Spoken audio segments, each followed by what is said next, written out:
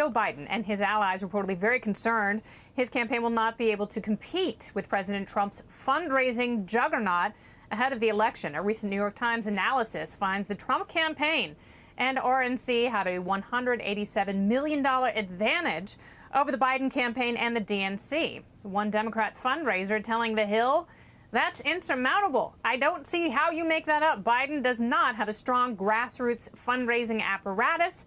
Now he doesn't even have in-person events he can go to. It's just these Zoom calls.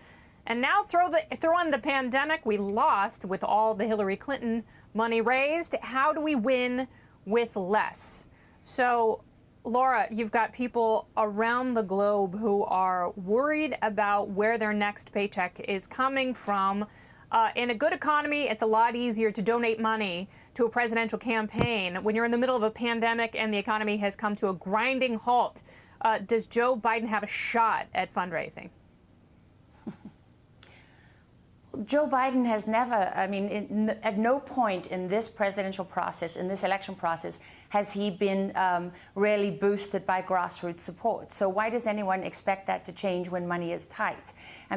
This is a lot of the politics, right, of ringing alarm bells that are really meant to signal to all the Democratic donors who have lots of money, you need to step up and support Joe Biden. With the depth of the hatred, the extent of the campaign against this president, it's hard to believe that major Democrats, look at the ones, how many Democratic billionaires are there out there? You've got Bill Gates, you've got Tom Steyer, you've got Bloomberg.